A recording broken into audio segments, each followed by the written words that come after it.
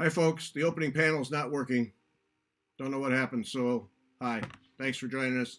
Give us just a couple minutes, and we'll be with you. So you can just look at me. Hi. That's all we got.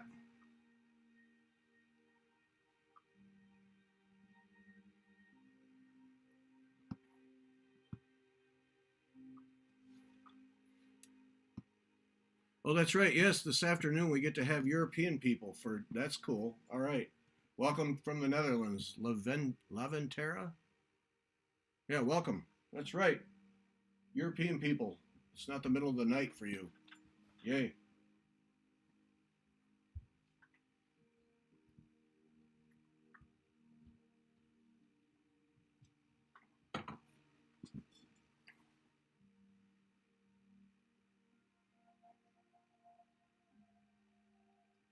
There's Sharon Bruce for the first time in a long time. Sharon Bruce joining us live. All right. Hi, Sharon. Opening panel not working with the really cool meditative music that I put together.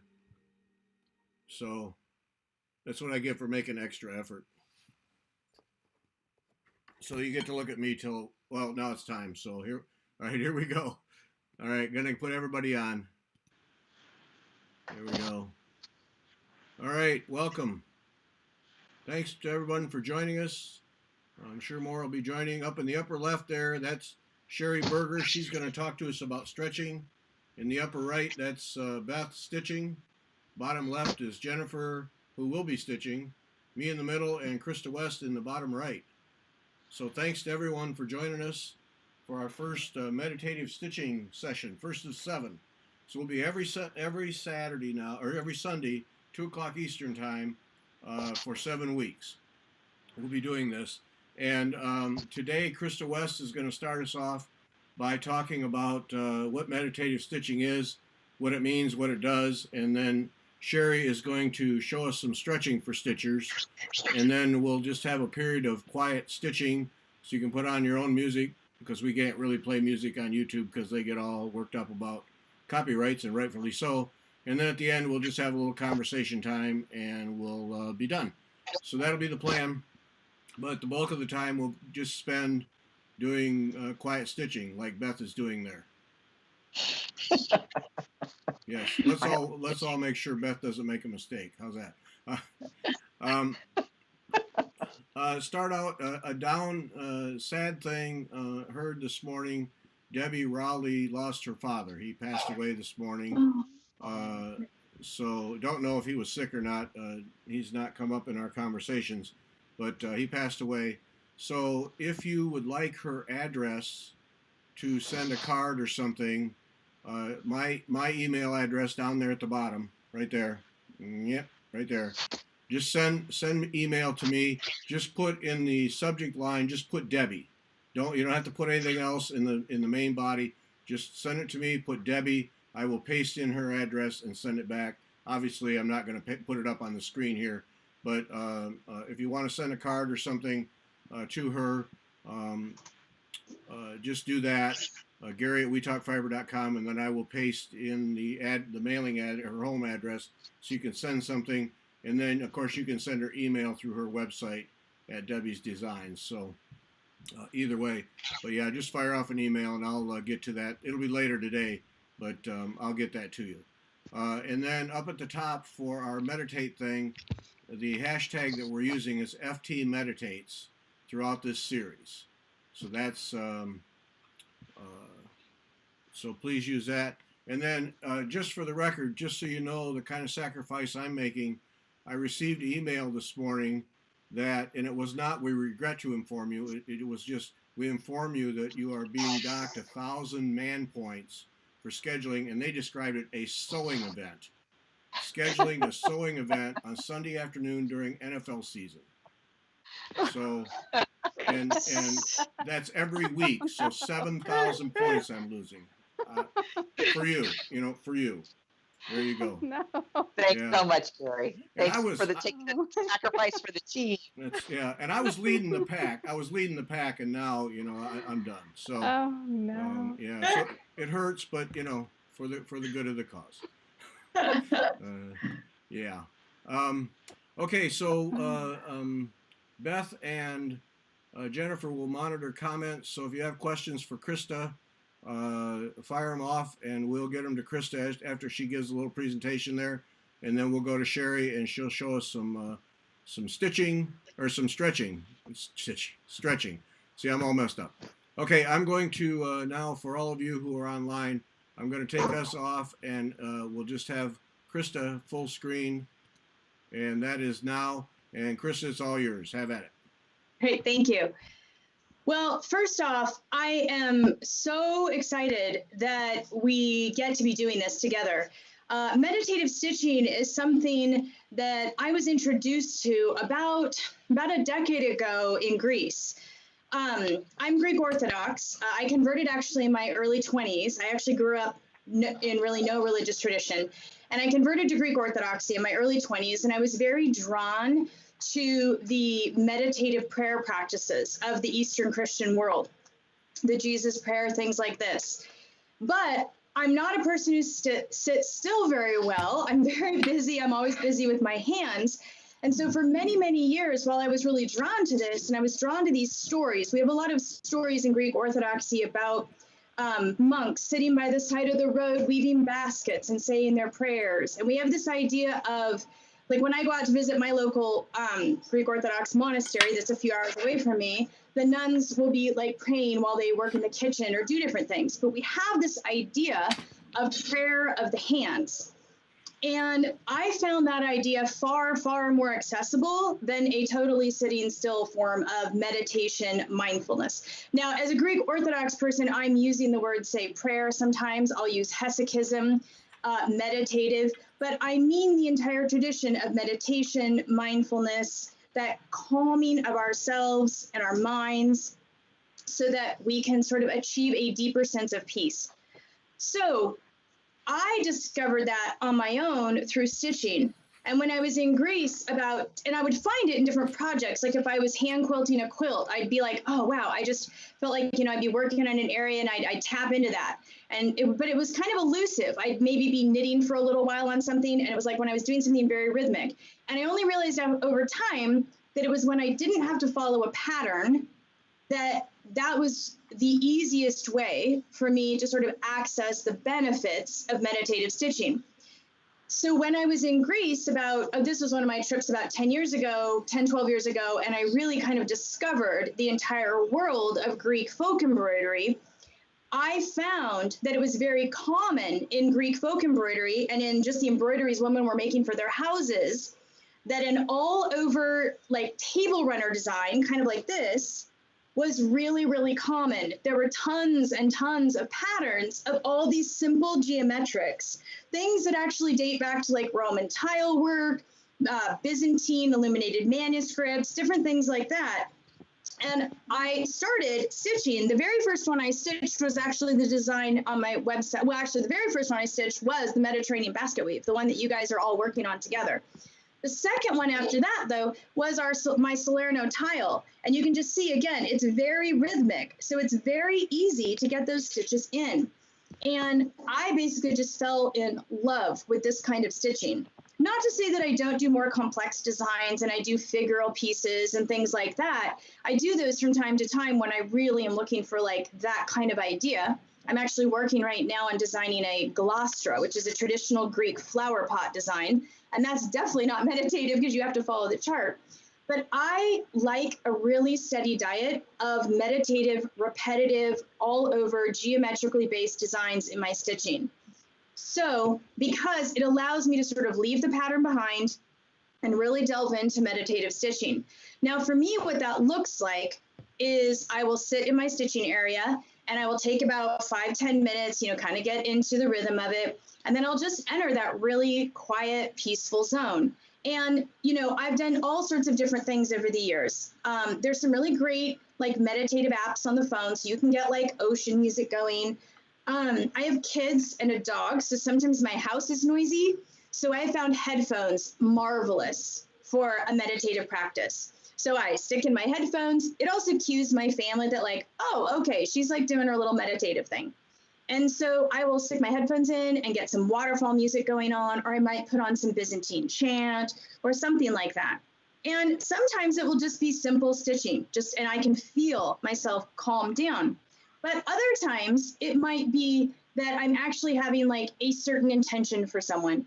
Like when my daughter just had her first baby, and a few weeks ago, as I was stitching, every stitch, I was really like, for me in my tradition, I was saying, Lord have mercy on Josephine, Lord have mercy on Josephine with each stitch. That's a mantra that we use in Greek Orthodoxy. And so that was what I was doing with my stitching then. I was using it as an intention for another person. So that's one more thing that you can do. To answer your final sort of question or topic that you had thrown out at me, what does meditative stitching do for you? Oh my word, people, like pick up your hoops. Okay, it's amazing the research that is coming out now about what happens in the brain when we do something with our minds and our hands. And this is really amazing. They are finding actually that mindfulness, especially handwork-based mindfulness, they've actually done some studies among older people in retirement homes and things like this. They're finding that first, that sort of meditative stitching, first off, releases dopamine in the brain. And the dopamine is the feel-good chemical. It's the feel-good neurotransmitter. It staves off depression. It's just really good for you. When you do something novel or new or exciting, that rush you feel, that's dopamine. So it's very, very good for that. It also takes all of your vital statistics down about 10%. Your pulse, your heart rate, all of that. That's called eliciting the relaxation response. And so it basically does put your body in a relaxed state. I always just get up from my stitching just feeling like raring to go. Like I can be up from like 6 in the morning working in the workshop. I can pull like an 8 to 10 hour day cutting and sewing and doing different things. I sit down in the afternoon stitch for an hour or so. Man, I'm like all jazzed up again. Like I'm all fueled up again. So that's a great thing too. But the third thing that's really interesting about it is that they've actually started to discover that it staves off dementia, and not just Alzheimer's, but all forms of dementia in the brain, which I think is actually one of the most exciting things about stitching, handwork, and this whole field. I feel that actually pretty much everybody should like learn to pick up a needle and do this because it's so good for our bodies and our minds. So the other thing too that it does, and this actually isn't in the research so much, and if you wanted to read a little bit more about this, there's an excellent book out there called Rest, Why We Get More Done When We Work Less, I believe is the title. It was actually written by a Microsoft researcher and author. And essentially, when we are doing some form of what's called active rest, like stitching is a classic form of active rest. It basically takes our executive function, our frontal lobe function, kind of the boss part of our brain, and it turns it way down. And what comes online is a secondary system called the default mode network. And this is actually really interesting. When they were first building the first fMRI machines back in the 90s, they thought that they had broken the machine. They thought that they hadn't made it correctly because they put the first person in, they got them all relaxed, and they expected to see no brain waves. And instead, they saw this different kind of brain wave coming on, and that's the default mode network. Basically, for those of you who are sort of like old Perry Mason fans, it's sort of the Della Street of your brain. So if you remember back to Perry Mason, Della Street was his amazingly like accomplished, amazing secretary. Well, the default mode network comes online, but only when your frontal lobe is sort of shut down, like when you're stitching. And it basically allows you to think deeply about things. It helps your brain store things, file things. Basically, until you get to some form of active rest, your brain can't get everything filed, organized, etc. So if you feel like a particularly scattered person, pick up a form of active rest. Stitching's excellent for that because I always have to keep my phone next to me when I'm stitching because I will be in the middle of a stitching session and think, oh, I've got to do this thing, or oh, I've got to do that thing. And those thoughts that come to you when you're stitching like that is your default mode network filing things and reminding you of things that you might have forgotten or lost sight of. It also helps you think through like kind of deep things in your life, if you have some sort of deep problem or thorny issue you're trying to solve in your life, that sort of active rest and bringing the default mode network online in your brain really, really helps. So all this to say, there's just no reason not to be doing meditative stitching. Like, it's so good. The last thing, though, that I'd like to touch on, and I think this is important, because in addition to being part of the amazing stitching tribe that's out there, and FlossTube and Stitchers and all this, I am also part of the autism tribe. I'm actually level 1 autism spectrum condition. I have Asperger's syndrome. So if it's like you see my eyes tracking kind of weird sometimes and I can't quite figure out where the camera is, that's my autism at work. Now, I grew up in an age where basically you just had to learn to like adapt and integrate, which I actually feel was a great thing. But one of the ways that I'm able to do that is through my stitching. And stitching for me, as a person with Asperger's, is actually my self-stim behavior, my self-stimulation behavior. It's a calming behavior for me as well. And I think that there is a very important component in that. I think that a lot of times people in the autism community have trouble with their self-stim behaviors being socially acceptable. Well, stitching is a very acceptable self-stim behavior. It's part of why I stitch a lot, is because I use that to basically regulate my emotions, to understand social situations that I don't necessarily understand at first value. So this is another one of the things, if for people who deal with neurodiversity or mental illness or things like this, stitching can be an amazing, amazing tool in their toolkit to help them sort of lead their fullest and best lives. So that's kind of my thing on meditative stitching, but I'd be happy to answer any questions or anything like that. So Krista, then this, for you here, I'll put myself up here. For you then, and actually for any of us, we can almost use it as a medication. Absolutely. A non-drug medication then. Absolutely. Oh yeah, I mean, I would bet if they would actually take the time to do studies, I bet that they would find that stitching and handwork has the same sort of effects on, say, depression, like taking a walk does. Like, we know that like a 15-minute walk basically is similar to a dose of, say, Prozac. I think that actually when they can start getting people stitching in fMRI machines, it's going to be amazing what they find. Amazing. Well, that dementia thing, that I did not know about that. That's pretty powerful right there. Yeah. Right. Yeah. That's a real reason, I think, for a lot of people to stitch is actually to stave off that dementia. In the studies, what they're finding is it's something about the hands working while the mind is thinking. It is a connection. Like, you can't just sit and like totally zone out, and you can't just use your mind. It's something about that interwoven connection between the two that is preventing dementia plaques forming in the brain, or the plaques that form in the brain. Yeah. Beth, were you saying something?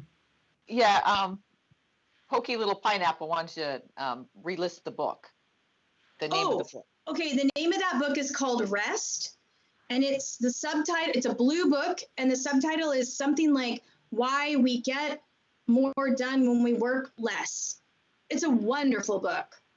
I read it a couple of years ago, and it explains default mode network, and it explains active rest, and it also talks a lot about different famous creative people in the last 2 centuries and what their routines were like, and how they oftentimes made major creative breakthroughs because of the active rest they were doing. Yeah.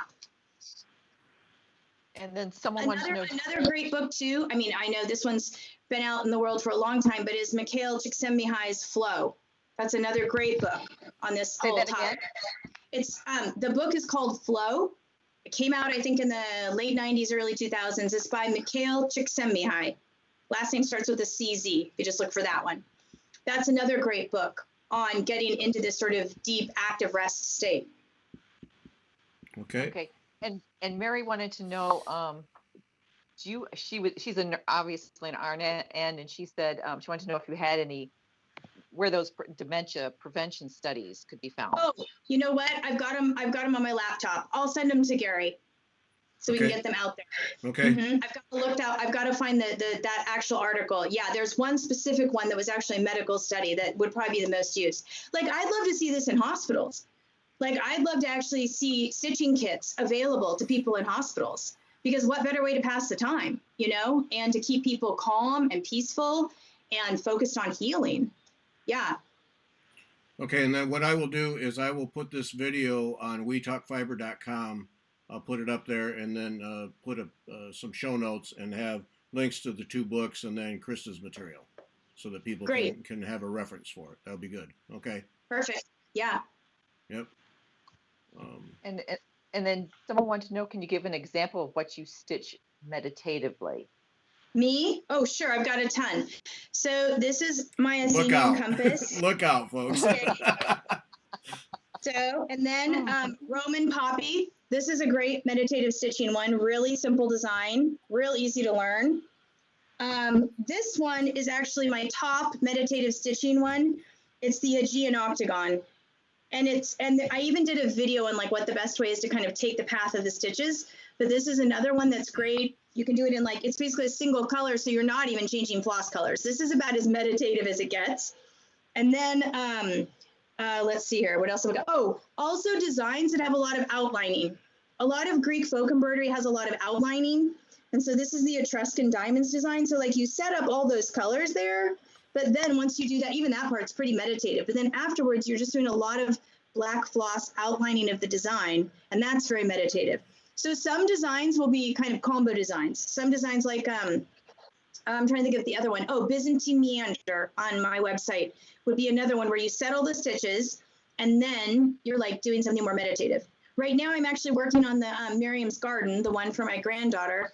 And that one is a combo too. It's got these kind of complex leaves where I have to follow the chart, but then like the little borders are super easy to memorize and work meditatively. So you might have a design that's kind of a twofer, like you're having to do some paying attention to the design, and then when you want to meditatively stitch, like maybe there's an outer border or something that's really simple to do for meditative stitching. Yeah. And I'll do the commercial for Krista. If you go to avlia.life and look in her catalog of designs, she has an M next to the ones that she's designated as meditative stitching. So you can you can just go through and you can identify all the ones that are just an M there, and then you can select those. And if you don't, you know, obviously it'd be great if you buy one from Krista, but even if not, you can at least get an idea of what constitutes a meditative pattern. Yeah. Exactly. Yeah, you don't have to always buy from the Avlia website. Stores stock us, but also like just what designs you might like. It's just there's not a lot of like geometric styled like cross stitch that's just designed to be like a piece of like geometric stitching out there. So that's why I do a lot of those. Yeah. Yes. Okay, Krista, thank you. Wonderful. Thank you for having me. Have a wonderful, peaceful stitching time. We will do that. All right. Appreciate your time. Thank you. Bye. Okay. Thank you, Krista. Bye. Let's see there. Oh, look at that. That's Jennifer stitching right there. I'm going to take that off now. Okay, now Sherry. There's Sherry. Sherry Berger, the Colorado cross stitcher. Is that correct? That's correct. Yes. So part of this whole thing, this whole effort of 7 weeks is one, to introduce you and make people aware of meditative stitching, but then also something that has been on my mind for a long time is that when we sit and stitch for hours on end, and you hear it, people will complain all the time, my wrists hurt, my shoulders hurt, my neck hurts.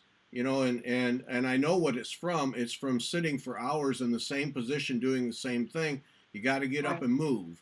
And so Sherry is here to give us some simple, and Sherry, you give more of the background than I'm giving. I'm just giving an introduction to give us some simple stretching exercises and moving exercises we can do that will help us as stitchers to not get all tense.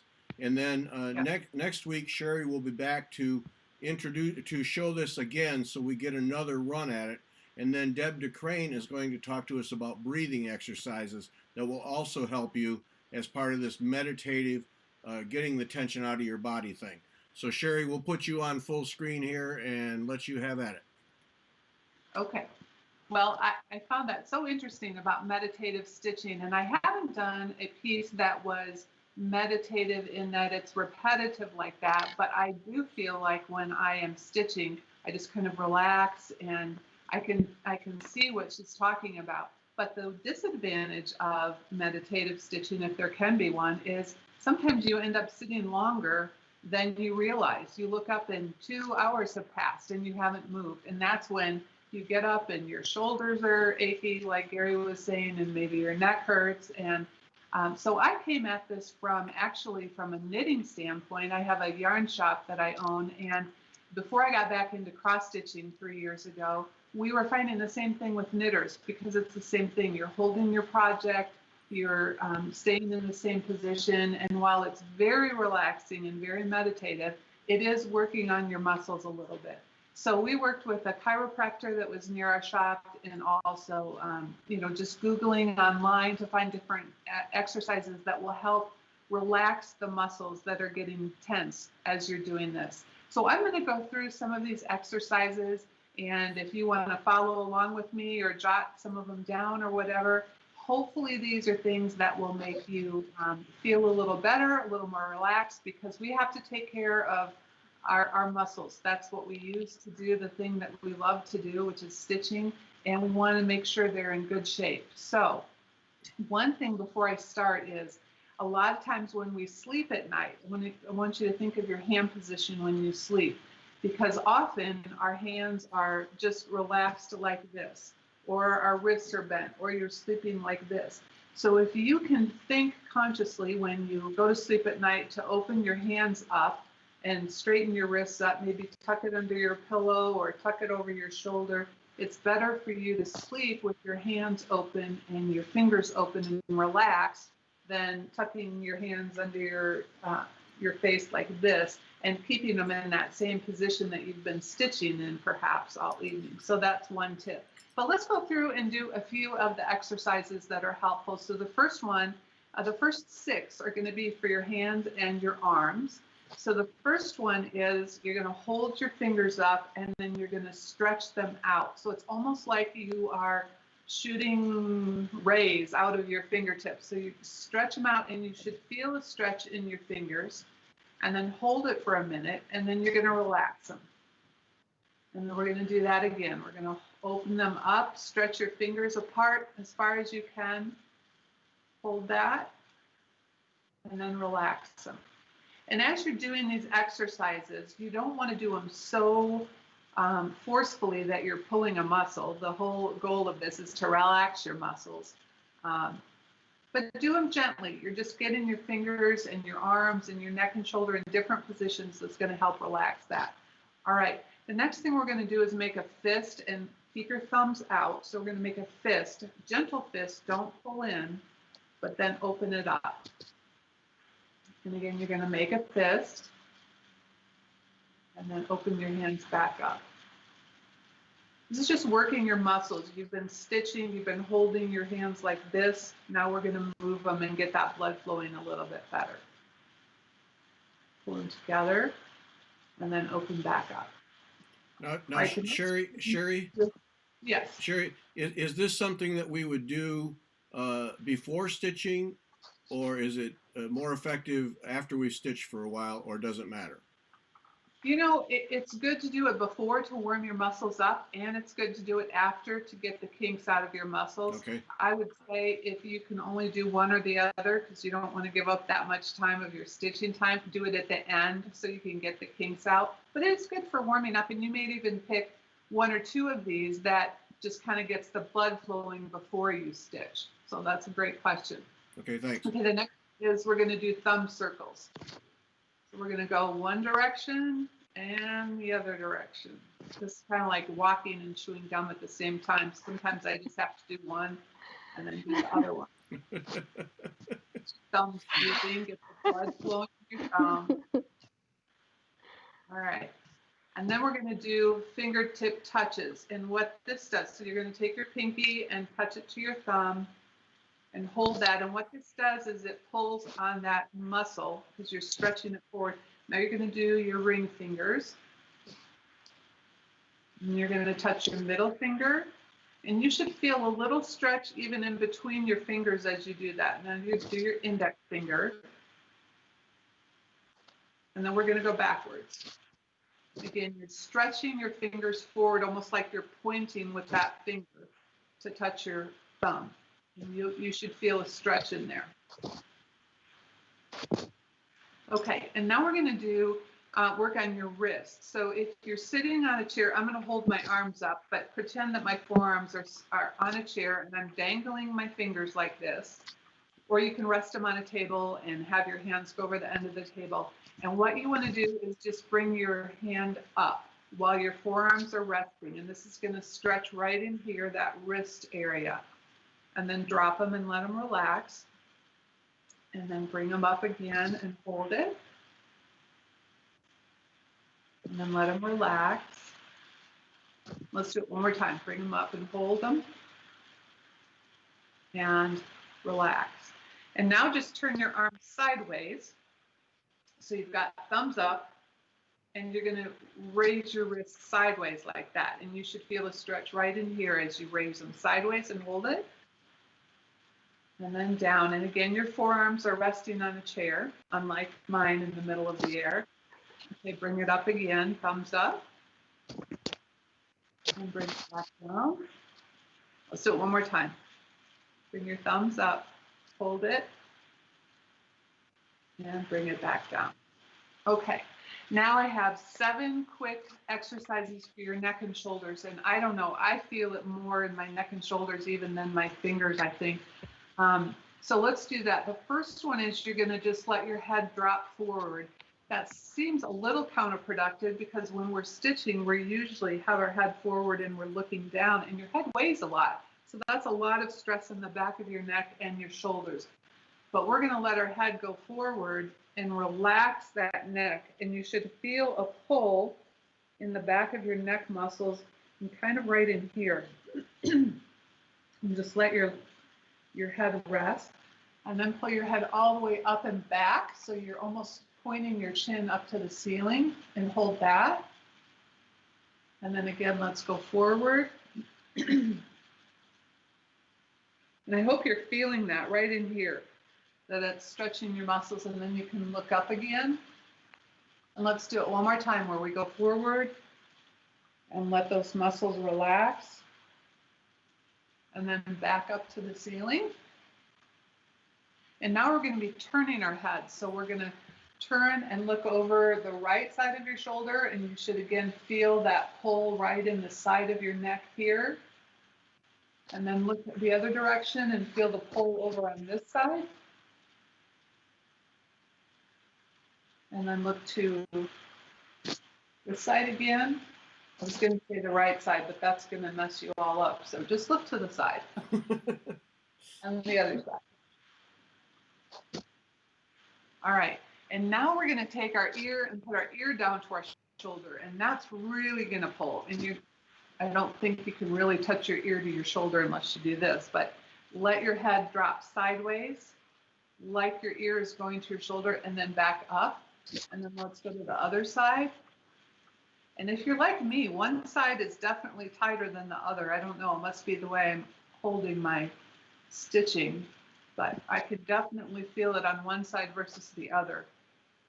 And this is one of the ones that it might be good to do ahead of time, just to get those neck muscles a little looser before you get into your stitching. And I would say the other one that's good to do ahead of time is that where you open up your fingers, because that gets the blood flowing in your fingers. All right, now let's do shoulders up to ears. So pull your shoulders up like you're shrugging your shoulders and hold it. And then when you pull your shoulders back down, I want you to think of weights being on your shoulders. So you're actually pushing your shoulders down towards the floor, because that really opens this up and stretches that out. And then pull them back up to your ears. And then push your shoulders down. And you'll feel that in here too if you're pushing down, and that's just really opening up here. Let's do it one more time, pulling your shoulders up to your ears and then pushing them down. Right, now we're going to take our fingers and interlace them like this, and then we're going to turn them and push forward. You're going to feel this right in here. It's going to stretch in your wrist and your forearm. So you're pushing forward, and then you can relax. And we'll try it again where you push forward and relax. And I would do these exercises probably each one 3 to 5 times. And like I said, there will be some that you can feel that stretch even more. Those are probably the ones that you want to focus on most for your particular body. Now you're going to take your fingers like this and put them behind your head. And you're going to push your elbows out, almost like you were trying to have your shoulder blades touch in the back. So you really want to push back, again, gently. Don't stretch it. Don't pull anything. But this is going to open up this area right here that a lot of times when we're stitching, it gets hunched over. So you're just opening that back up by pushing your elbows out, and then relax. Well, let's do it again. Push your elbows out. Open up your chest and your neck area. Hold it, and then let it go. And then one more time. Let's push out. You'll also feel this in the back of your shoulder blades, which is also where we carry a lot of that tension from stitching. It gets tight back there, and relax. And then the last one is, I always have to think this through because it's kind of tricky. Put your hand on one shoulder. Take your other hand and put it on that elbow. And then you're going to look sideways over the shoulder that doesn't have the hand on it and pull like this. So pull your elbow towards your shoulder with the hand on it. That's a lot of things to remember. All right, and then hold that, and you'll feel that stretch back here. All right, and let's do that again. So hand on shoulder, other hand on that elbow, and look over your shoulder that doesn't have a hand on it. And hold it. All right, now let's switch that up. Do your other hand on your other shoulder. This one on your elbow. Look towards your empty shoulder and pull gently. Pull your elbow over. And again, you're going to feel that stretch in the back of your arm and in the back by your shoulder blades. Let's try it one more time on this side. Now I'm getting mixed up. Okay. This. Nope. This. I pull your elbow. You're going to get yourself all tangled up before you know it. All right. Let's do one time on the other side. This one. And then this one, right? That's the one you're going to have to come back next week to follow that along again. That's a little... Anyway, the more you do that, the better it is for your body. And like we talked about, if you can do a few of them before you start stitching, just to get your fingers limbered up, to get your neck a little limbered up, but definitely at the end of stitching so that you can get the blood flowing again that has been, in certain positions while you've been relaxing and meditatively stitching and enjoying your time. Just so you can keep your body in good working order so you can be stitching for years and years to come. Sherry, thank you. Wow. I sit at a desk all day long and then stitch and also ride a bike. So I'm in that same position all the time. I can't believe the difference it made in my hands, just my fingers. Oh, good. Yeah, that was. Yeah, that's fabulous. That was a fabulous. Yeah. Okay. Yep, that's what I noticed when I watched your floss tube when you did that. I did them along with you. I was like, wow, that was amazing. Yeah, it does make a difference. It's just remembering to do it is the biggest thing. My problem. But then you pay for it because your muscles are stiff. So that was absolutely excellent. Thank you so much. Thanks for the time too. All right, appreciate it. Okay, thank you, Sherry. And you'll be back next week, and we'll do this again to help people remember that. Sounds good. All right. Outstanding. Excellent. Thank you. Bye. Thank you. Bye. All right. Let's see. Get Beth on here. All right. That was excellent. Wow. Yeah. Wow. Thank you, Jennifer, for finding her, and thanks to Sherry. That was that was a whole lot more than I was expecting. That felt good. Yeah, I know. I'm ready to go now. Yeah. All right. Well, given that, let's see. Margaret, can we give us a time check for this segment? Yeah, I will. when I put the notes in together, Margaret, I will put a time check for when that started. Yes. And well, thank you, Pokey Pineapple, for the super chat contribution. That's very kind of you. So okay, great. That so that's what we have. So now the next week, Sherry will be back to take us through that again to help us remember how it gets done, and then Deb DeCrane is going to take us through some breathing exercises that will also help. And boy, I tell you, my whole shoulder area feels so much better just doing those few little stretches. That's amazing. Right.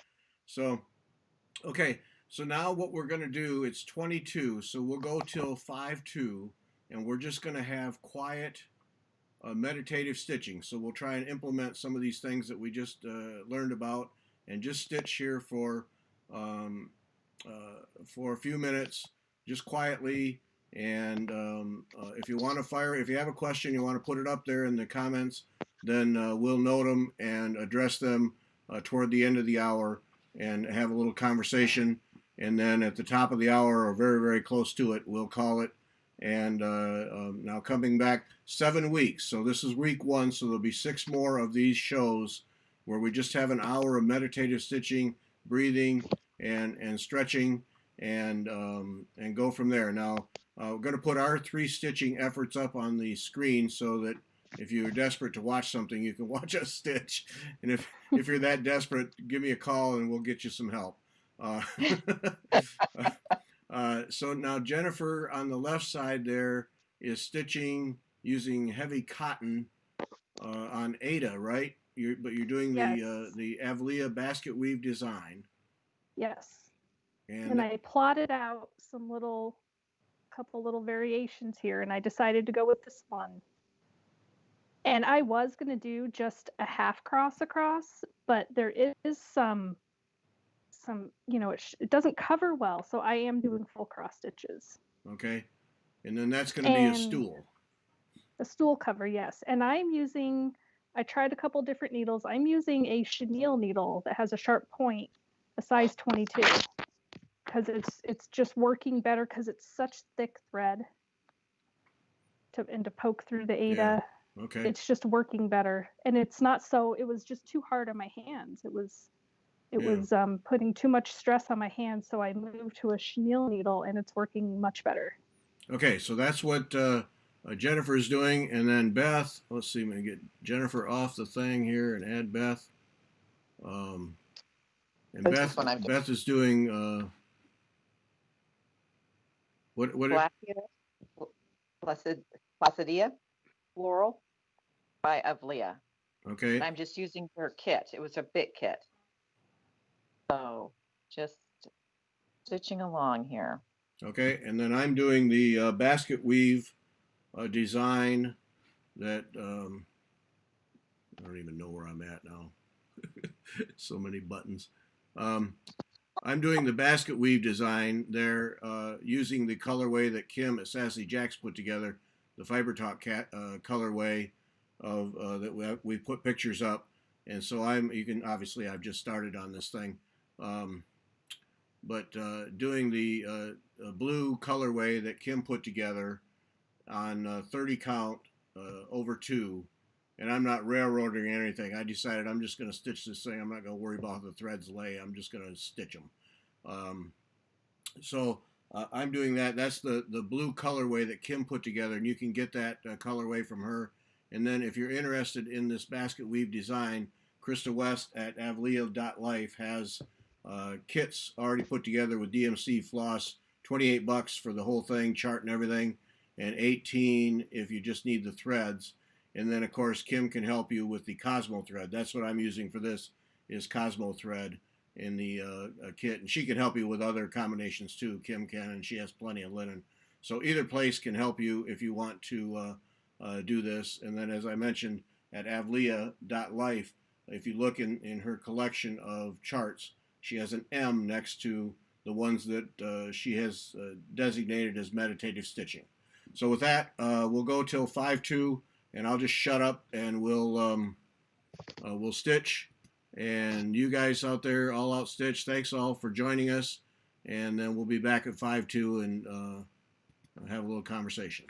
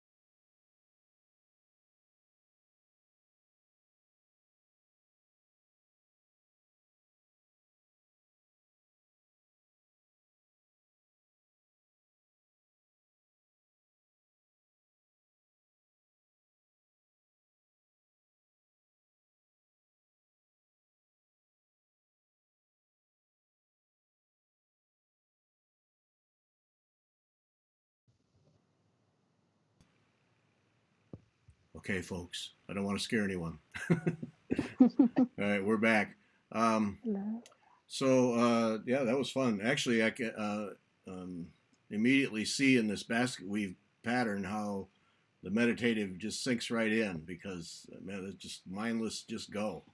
This is fun. Yeah. So all right. Hope that helped everyone, and that you. I know I learned some things, that everyone learned some things here, and don't forget to do a little of that stretching this afternoon when you get done stitching. And so we didn't have any questions pop up. Just a couple of reminders now. Wednesday night at 8 o'clock Eastern, right here on the YouTube channel, April from the Embroiderers Guild Galleries in Sydney, Australia, will be back to give us a tour of their new exhibition. And we'll be putting up on Instagram. We have a little video from April, and we'll be promoting that here in the next 2 or 3 days, so that you'll have reminders. And we hope to have the artist with us, though not sure if we will. But either way, April will be there to give us a tour. So join us Wednesday night at 8 o'clock Eastern on YouTube, and here on the YouTube channel, to see the latest exhibition at the Embroiderers Guild Gallery there in Australia. And so looking forward to that. And there's a lot of beading and needlework in this artist's designs. So it looks pretty exciting. So join us for that. And then today's podcast now, Eileen Bennett, who is really an amazing sampler, reproduction sampler, researcher, and designer and reproducer, and had a great conversation with her. So be sure and check that out. And then appreciate if people spread the word about this meditative stitching. Quite frankly, this was a better thing than I was expecting. This really worked out well. We learned a lot there from Sherry and from Krista, and so help spread the word if you would, please. Let people know about this show and meditative stitching. And let's see, no other questions come up. So the podcast today with Eileen Bennett, and then Wednesday, Beth and I will be back with the podcast, and then we'll have the tour with April from Australia Wednesday night, and don't remember who's the podcast for next Sunday. And then still looking for people to do Wednesday night guest spots. We've got a couple lined up, and looking for that. If you want to do a Wednesday night guest spot, just write to me. And then now keep Debbie in your prayers, Debbie and her family in your prayers. And then while we were meditating there, we learned that Beth's sister now has been diagnosed with the COVID virus. So add her to your prayer list, please, and pray that she recovers and has very minimal symptoms out of this and just gets over it quickly. So that's sad news, and so we hope that just comes and goes and is not a big issue for her. So keep both in your prayers as you go through the thing. And again, if you want to send something to Debbie Rowley, my email address right down at the bottom of the screen there. Just send it, subject line Debbie, and I will paste in her address and send it right back to you. But that will be later today. Don't expect me to jump on it right now. Later in the day, I will do that. And then also I will put in notes at wetalkfiber.com, along with this video, I will put the connections for the books, probably the Amazon links for the books, and whatever else Krista sends me in terms of materials for meditative stitching. So with that, I think we'll call it. Thanks to everyone for joining us here this afternoon, and we'll see you Wednesday night, I hope, for the tour, and then most certainly back next Sunday at 2 o'clock Eastern time for more meditative stitching. So thanks Beth, thanks Jennifer, and we're out of here. Thanks. Have a good night, day. Bye.